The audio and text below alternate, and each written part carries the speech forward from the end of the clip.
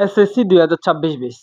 তোমরা যারা ভালো রেজাল্ট করতে চাও, ভালো সাজেশন পেতে চাও, ভালো একটা পয়েন্ট তোমরা পেতে চাও, তাহলে আমাদের এই পেজে সবসময় তুমি অ্যাক্টিভ থেকে তুমি মোটামুটি একটা ভালো রেজাল্ট করতে পারবা।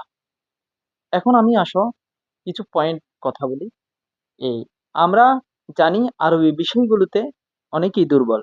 তো আরবি বিষয়গুলো তুমি কাভার কিভাবে করবা?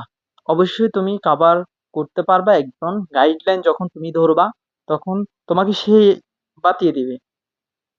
সে বলে দিবে এ কিভাবে তুমি ভালো রেজাল্ট করতে পারো।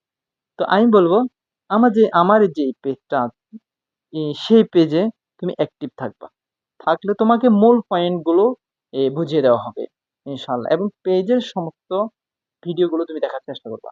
কারণ এসএসসি 26 ব্যাচের যারা আছো তাদের জন্য পরীক্ষাটা তো নরমাল হবে না, অন্যান্য পরীক্ষার মতো তোমাদের হবে না ইনশাআল্লাহ। কারণ